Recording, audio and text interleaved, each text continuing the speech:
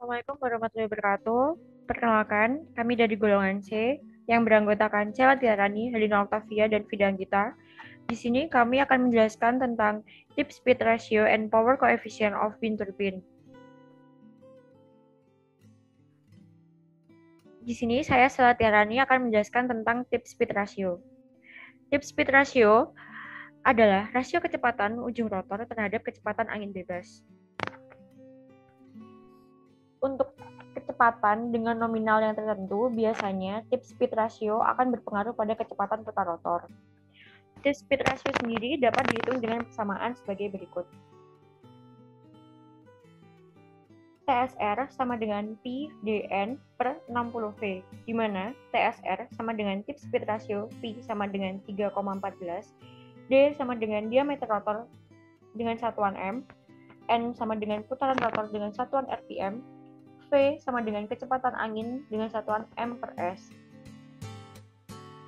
Setiap jenis rotor turbin angin memiliki nilai koefisien daya yang berbeda-beda. Kemudian, saya Vida Anggita akan menjelaskan tentang power coefficient. Power coefficient ialah perbandingan antara daya yang dihasilkan oleh rotor dengan daya angin. CP untuk turbin tertentu diukur atau dihitung oleh pabrikan dan biasanya diberikan pada berbagai kecepatan angin.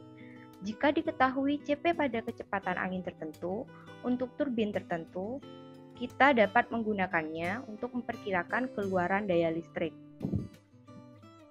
CP dari turbin angin tertentu bervariasi dengan kondisi operasi seperti kecepatan angin, sudut bilah turbin, kecepatan putaran turbin, dan parameter lainnya.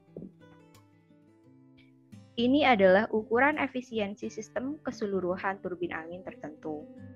Ini tidak boleh disamakan dengan atau dibandingkan dengan faktor kapasitas tenaga angin.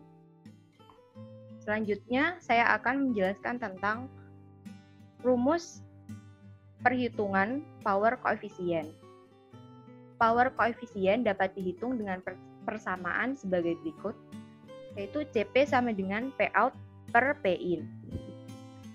CP atau koefisien daya sama dengan daya listrik aktual yang dihasilkan dibagi dengan tenaga angin ke dalam sudu-sudu turbin.